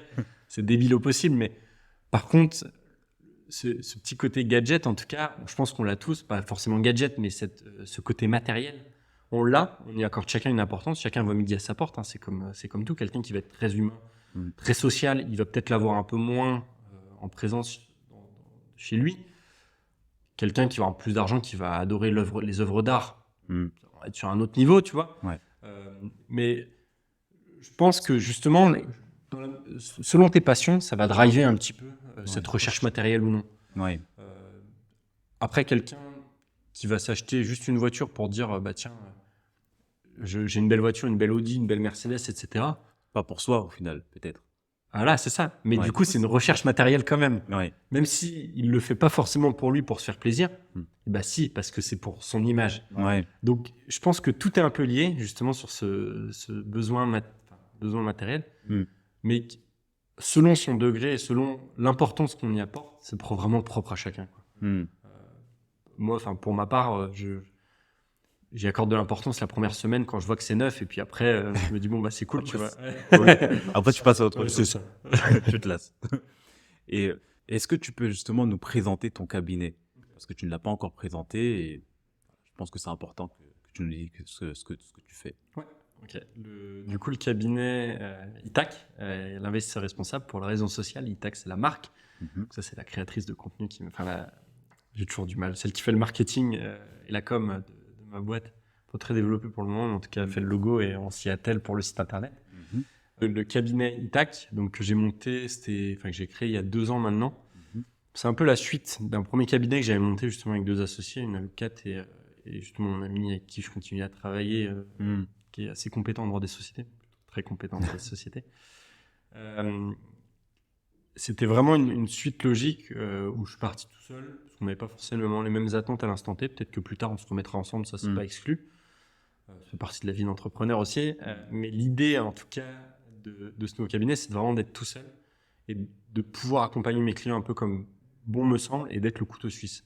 C'est-à-dire que si demain j'ai un client qui veut monter une société, je peux lui présenter un notaire, je peux lui présenter une entreprise qui va lui créer sa société, déposer les statuts, etc. Je peux lui présenter un expert comptable pour la suite, pour l'aider dans sa comptabilité par la suite. Je peux aussi l'aider, moi, dans sa gestion des flux financiers. Donc, je vais aller voir quelqu'un qui commercialise des solutions pour la gestion de trésorerie d'entreprise. Si quelqu'un veut faire une assurance vie, je peux lui faire. Un PER, je peux lui faire. Renégocier une assurance emprunteur, je peux lui faire. De l'immobilier, je peux trouver des spécialistes de l'immobilier. Aujourd'hui, j'ai toutes les accréditations. Il y a 5 accréditations possibles quand tu as un cabinet en gestion de patrimoine indépendant. Bon, gestion de patrimoine au sens large, mais quand tu es indépendant et que tu as les 5 accréditations, c'est parfait. Je suis à la CNCGP, donc membre de la Chambre nationale des conseillers en gestion de patrimoine. Il y a plusieurs chambres. Je crois qu'il y en a 3 de mémoire. La CNCGP, c'est la plus restrictive. Il faut le plus d'accréditation, montrer pas de blanche, montrer que tu n'es pas un escroc et que tu vas pas arnaquer tes clients. Et l'idée, c'est que surtout, je marche par le réseau. C'est-à-dire que je fais pas de phoning, je m'embête pas avec ça. Je pars du principe que ça met du temps à démarrer. Ça a mis du temps à démarrer, là, ça va beaucoup mieux. Mais par contre, je sais que les conseils que je donne, les gens en parlent autour d'eux. Et la plupart du temps, on me recontacte pour ça. Le but, c'est surtout de faire du conseil sur mesure. C'est-à-dire que je me déplace chez les gens. On va au bar ensemble. On va... les bars, c'est plutôt avec les jeunes, mais on peut aller au restaurant avec les anciens. on peut aller, peu importe, on peut aller se balader, on peut marcher dans la rue, on peut faire n'importe quoi. Le tout, c'est d'avoir un échange humain et que je perturbe pas la personne. Je veux qu'elle se sente bien. On parle de données privées. La plupart du temps, c'est la construction d'une vie. Il y en a quelques-uns, justement, qui des fois retiennent un peu l'info. Après, quand ils voient qu'on peut discuter, de toute façon, j'ai aucun intérêt à divulguer des informations et je suis là dans leur intérêt. Et ben, dans ces cas-là, on installe un petit cercle de confiance, un climat de confiance. Et derrière, c'est vraiment d'être le couteau suisse, comme je le disais, la porte d'entrée pour répondre à n'importe quelle problématique. D'accord. La dernière fois, c'était carrément une assurance auto. Ah oui. J'ai checké, il y a un client, je fais pas les assurances auto, je peux les faire, mais il me parlait de l'assurance auto, je dis bah attends, on va regarder. Puis on regardait les garanties, les couvertures, etc. Et je l'ai accompagné là-dessus. Donc. D'accord. Donc en fait, tes clients, ça peut être tout le monde au final. C'est tout le monde. T'as pas de budget ou minimum. Enfin, c'est vraiment par rapport à tout ce que tu as dit là, tu peux conseiller tout le monde en matière. Ouais. Si tu veux tout savoir, j'ai 2 cartes de visite. J'en ai une, il y a marqué gestion de fortune et une autre conseiller en gestion de patrimoine. D'accord. Je me considère plus en gestion de fortune. Pour rien me cacher, on va dire 70% de l'activité, ça va être ça. Donc c'est du temps de conseil, ça va être du temps de recherche. Pour les clients, on va être sur un niveau de gamme un peu plus haut. Il y a quand même un peu plus de patrimoine, donc on va aller chercher plus de ficelles, des solutions un peu plus techniques. Mais par contre, un ami qui me dit, tiens, j'ai 5 000 € à mettre en assurance vie, et bah fonce, tu vois. Et là, moi, la performance des placements, je regarde pas, par exemple, tiens, on a gagné 10 000 € cette année, c'est trop cool. Ouais. T'as combien en capital? Si t'as 10 millions de capital, 10 000 €, on n'est pas allé très loin. Ouais. Par contre, si tu me dis, j'ai fait 4% de perf cette année, alors que le marché en a fait moins 4, super, on a battu le marché de 8 points. Je vais plutôt regarder le pourcentage, c'est-à-dire qu'un mec qui a 5 000 ou un mec qui a 1 million, on va regarder le pourcentage. Et ce ratio rentabilité-risque. Il veut prendre du risque, si on fait 15%, c'est bien. S'il veut prendre du risque, on fait 4, pas bien. S'il veut pas de risque, on fait 4%, c'est bien. On fait 2, on aurait pu aller chercher 3. D'accord. Mais voilà, l'idée, c'est vraiment de regarder un pourcentage pour tout le monde, tant que le projet humain est cool. Je suis, quoi. Et si je peux les aider, les accompagner, ils ont peut-être un petit copain qui va faire fortune avec sa start-up et que je vais récupérer plus tard. Donc, non, vraiment, j'essaye de donner le plus de mon temps possible sur cet accompagnement. D'accord. Quand on était sur les bancs de l'école, en fait, jamais je me serais dit que tu te serais retrouvé en fait de l'autre côté, vu que tu donnes des cours à des étudiants. Et j'aimerais savoir pourquoi tu t'es lancé dans cette mission de transmission de tes connaissances. C'est une question un peu rigolote parce que c'est arrivé comme ça en fait. C'est un peu comme un cheveu sur la soupe. Je me suis dit bah tiens, pourquoi pas. C'est vrai qu'en plus, vu le respect qu'on avait pour les professeurs, je suis pas sûr que j'aimerais être, en tout cas, que mes élèves soient comme ça aujourd'hui. On n'était pas forcément les meilleurs, que ça soit sur la charge de travail, mais aussi sur la présence. On n'était pas au premier rang tous les deux. Même si on était à côté, on n'était pas au premier rang. Et l'idée, c'était surtout de la transmission, comme je te disais, là, mon ami Jacques Kidd, son surnom, qui m'avait dit, bah, si tu peux, je te paye aujourd'hui, tu le feras plus tard à quelqu'un qui tu peux. Complètement. La phrase est pas. Elle est dans le désordre, c'est la fin, là, ça sent la fin. Non, mais par contre, dans l'idée, c'est à peu près ça. C'est qu'aujourd'hui, j'ai accumulé un peu de connaissances. Si je peux aider, je vais le faire. En plus, c'est rémunéré, donc que demande le peuple, je fonce, tu vois, je signe. C'est pour le temps que ça prend, les allers-retours à Paris, etc. On va dire que c'est pas non plus ça qui me fait vivre. Mais par contre, ce que j'arrive à transmettre, et même les questions, l'interaction que j'ai avec certains dans la classe, des fois, il y en a 15 ou 20, il n'y en a que 3 qui écoutent. Et à la limite, soit je m'en moque. Enfin, tu veux pas m'écouter, je suis pas payé par l'éducation nationale, je suis intervenant privé. J'ai aucun devoir à rendre à la fin. C'est que par contre, je vais te donner une interrogation, mon pote, et si tu l'as pas, et j'espère que vous m'écoutez parce que ça va chier à la fin de l'année pour ceux qui n'ont pas écouté. Mais en tout cas, le but, c'est vraiment de transmettre au maximum. J'ai pas créé des choses, j'ai pas inventé des choses en économie ou en finance. Par contre, j'ai accumulé un stock de connaissances que j'aime bien faire partager. J'ai vu la dernière fois, il y avait une pub sur Facebook qui disait accompagner un étudiant. J'ai cliqué dessus, devenez mentor d'un étudiant. Donc, j'imagine que c'est des gens qui viennent d'un milieu défavorisé, etc. Bon, j'ai checké, donc le constat est bien celui-là. J'ai failli aller au bout. Évidemment, dans le plat du temps, ça commençait à être un peu serré. Je suis revenu en arrière, mais l'idée, c'est vraiment d'aider des gens qui potentiellement n'ont pas cette chance. Parce que mine de rien, tout à l'heure, on parlait de budget justement dans les familles, etc. Il n'y a pas de recette miracle au bout d'un moment. Il il faut de l'argent. Mm. Une famille qui a 3 gamins, 4 gamins, 5 gamins, qui est au SMIC, papa, maman, va emmener tes enfants en grandes études. C'est dur. Dans la mesure où il faut payer un loyer, sûrement aller sur Paris, à une école, etc. Donc l'idée, c'est vraiment de donner la chance à ces gens-là. Alors évidemment, en école de commerce, c'est un peu différent, même si c'est leur entreprise, ils sont tous en alternance, c'est l'entreprise qui paye l'école, donc il y a un côté quand même social. Mais l'idée, c'est de leur dire, par exemple, la dernière fois, il y en a un qui est arrivé avec un bonnet au fond de la classe, il s'est assis au fond de la classe directement, qui arrive en retard. Ouais. Le mec, je lui ai dit de refaire son entrée. Bah oui. Que, ouais, tu peux pas, enfin, la prochaine fois, tu peux pas me manquer de respect comme ça. Ouais, je suis un humain, je complètement. suis là pour toi, t'es là pour moi aussi, tu vas m'apporter, hein, Ouais. je vais me développer grâce à toi. Ouais. Faisons quelque chose ensemble pour que ça aille un peu mieux. Et au final, je suis allé lui parler au bout d'1 heure, 2 heures dans la classe, et c'est un mec tout à fait appréciable, avec une expérience sûrement intéressante, intéressante en tout cas dans son alternance, et on a pu discuter. Mais ça te ressemble, et franchement, je suis impressionné de la personne que tu es devenue, hein, vraiment. Et pour quelqu'un, alors on a peut-être répondu à ces questions-là, mais je pense que c'est important de revenir sur cette partie conseil. Vraiment pour toi, pour quelqu'un qui commence dans l'investissement, dans la gestion financière, quels seraient vraiment les conseils, les conseils les plus importants que tu donnerais à cette personne-là qui vient tout juste de débuter? Gère ton budget, mon pote. Parce que l'idée, ouais, c'est tu commences l'investissement. Donc, j'imagine que tu n'as pas forcément de patrimoine. Ouais. Tu peux être en flux tendu. Si ton budget n'est pas ficelé, tu es dans le rouge.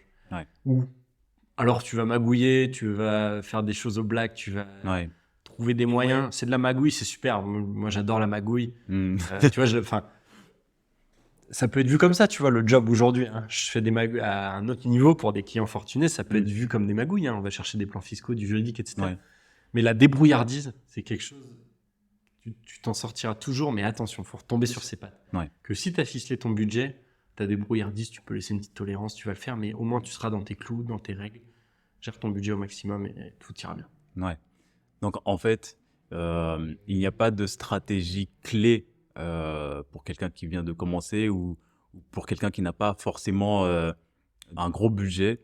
Il n'y a pas de stratégie clé pour que cette personne-là puisse réussir. Ça commence par, comme tu l'as dit, par les bases au final. Respecter son budget, j'imagine se restreindre aussi sur certaines choses et commencer petit à petit à faire quelques investissements, à mettre de l'argent sur son livret A et à essayer d'avoir plusieurs sources de revenus. Si tu as la possibilité de, comme tu l'as dit, d'investir sur soi-même, d'enchaîner peut-être d'avoir un boulot supplémentaire. Finalement, il n'y a pas de stratégie. Il n'y a pas vraiment de stratégie, mais la stratégie, c'est quand même sur soi-même. C'est-à-dire que même miser, enfin en tout cas investir en attendant que ça rentre, c'est un rêve. C'est le rêve de tout le monde. Ouais. Sauf que si tout le monde en rêve, ça n'arrivera jamais. En fait, tu peux pas gagner de l'argent en restant les bras croisés, les mains dans les poches. Donc, mise sur toi-même, fonce et tu vois là, au-delà de la boîte, ce que je te disais tout à l'heure, je te l'ai présenté en rapide. Ouais. Je suis en train de regarder pour faire une start-up. Je t'arrête jamais. En finance, voilà ça. Tous les champs sont possibles. C'est-à-dire, je dors un peu moins. Ouais. Là, je reviens d'une petite semaine à Rome, en Italie, où évidemment, pour travailler, c'était un peu compliqué. C'était un peu plus tôt le matin, un peu plus tard le soir, à la pause, à 16h ou à 17h après les musées et les visites. Ouais. Non, faut pas s'arrêter, en fait. Si tu veux quelque chose, tu peux y aller. En tout cas, moi, j'ai pas d'enfant aujourd'hui. Ouais. Tant que t'as pas une charge familiale, évidemment, parce que quelqu'un qui a plusieurs enfants et qui doit s'occuper de la famille, c'est tout de suite plus compliqué. Différent. Mais développe-toi au maximum. Et je fais que des bêtises. Faut les faire. Hein. J'adore ça. Plus je fais de bêtises, plus je suis content parce que du coup, je me crée et je crée quelque chose de meilleur, en fait. D'accord. Donc, de faire des bêtises à la limite. Miser sur soi et faire des bêtises, c'est parfait. Ouais, c'est ça, en fait. Vraiment avoir cette envie de se lever de son canapé et de prendre le temps d'apprendre quelque chose et de faire des bêtises, en fait. Exactement. Et même, je pense que au-delà de la finance, ou de la création, faire des bêtises, c'est magnifique, quoi. Tant que ça n'a pas trop d'impact. Mais c'est comme un bébé, hein. Avant de marcher totalement, il tombe 15 fois. Enfin, complètement. 2000 fois. C'est une question de volonté, au final. Puis tu vois ta trame, ta route. Si tu vas un peu à gauche, à droite, hop, ça va pas, tu repars dans bonne route, mais t'avances. Et Ouais. le but, c'est d'avancer le plus loin possible. Ouais. On a tous cet objectif, j'imagine, d'avancer le plus loin possible. Ah oui, complètement. Alors, j'ai une question de fermeture hein, pour ce podcast. L'invité précédent pose une question à l'invité du jour, qui est toi. Et donc, une question t'a été posée. Et la question, c'est lorsque tu as besoin d'inspiration, qu'est-ce que tu fais? Est-ce que tu vas dans un lieu en particulier même pour cela? Alors, c'est quelque chose qui est très... on voit que c'est spirituel. C'est quelque chose que j'évoque pas souvent avec les gens, enfin, où j'en parle pas souvent, parce que je pense que c'est propre à moi et propre à chacun. Quand j'ai besoin d'inspiration, c'est juste qu'il faut que je me pose un peu, je pense. Que je prenne le temps pour moi. Et prendre le temps pour moi, ça veut juste dire, des fois, ne rien faire. Ne rien faire, c'est magnifique. C'est quand tu es toujours dans l'action, aller courir à gauche, à droite, pour que ça soit le business, les déplacements, les pros ou amicaux, etc. Le fait de juste te dire, bah tiens, je reste chez moi. Alors, pas des semaines, tu restes pas comme un ermite à la maison, mais l'idée, c'est de se dire, prends du temps pour toi. Et moi, quelque chose que j'adore faire, je l'ai fait plusieurs fois, quand je vais chez ma grand-mère, donc qui vit dans les Côtes d'Armor, Perros-Guirec, à Tréverdun. C'est précis. C'est précis, ouais. Je me pose sur un rocher au bord de la mer, j'écoute le bruit de l'eau. Et ce bruit de l'eau, donc des vagues, du va-et-vient, je l'ai un peu enregistré. Alors, ça peut paraître un peu superflu comme ceux potentiellement sur la religion, tu vois, si vous faites un parallèle, c'est ma religion à moi. Et quand je prends du temps pour moi, je médite et j'évade l'âme. Alors, c'est des mots de méditation, pas du tout poussés, parce qu'en plus, je le fais vraiment, c'est que propre à moi. Et j'essaye de ressentir cette sensation. Ça me calme, ça me fait relativiser sur énormément de choses en me disant, bah finalement, regarde toute cette masse d'eau en face de toi, t'es assis sur un galet, il a pas bougé depuis je sais pas combien de temps, et toi, t'es là, essayer de courir à gauche, à droite. Et donc, l'inspiration, après, elle revient naturellement parce que tu reposes les bases. Ouais. C'est-à-dire que t'as ton noyau, tu pars à gauche, à droite, dans tous les sens, à faire plein de choses. Mec, reviens, tu vois, au bout d'un moment, il faut savoir ce que tu vaux, ce que tu veux. Et si t'es pas solide sur tes deux appuis, tu vois, ça sert à rien, quoi. Ouais. Tu vas pas prendre la bonne décision. Donc l'inspiration, elle vient avec les bonnes décisions viennent quand tu as de l'inspiration. D'accord. Ok. Tu fais quoi, toi? Je te retourne la question. Je m'attendais pas à ce que tu me poses cette C'est question. facile. Tu m'assassines des questions depuis tout à l'heure. Bravo. Bah moi, ce que je fais pour avoir besoin d'inspiration, en général, je lis. Je lis beaucoup de livres. Je me suis vraiment mis dedans il y a 5-6 ans quand même.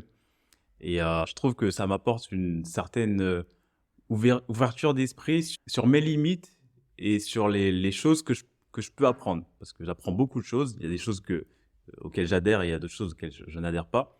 Mais ça me permet en fait de me poser et de réfléchir en fait à ce que je voudrais faire par la suite.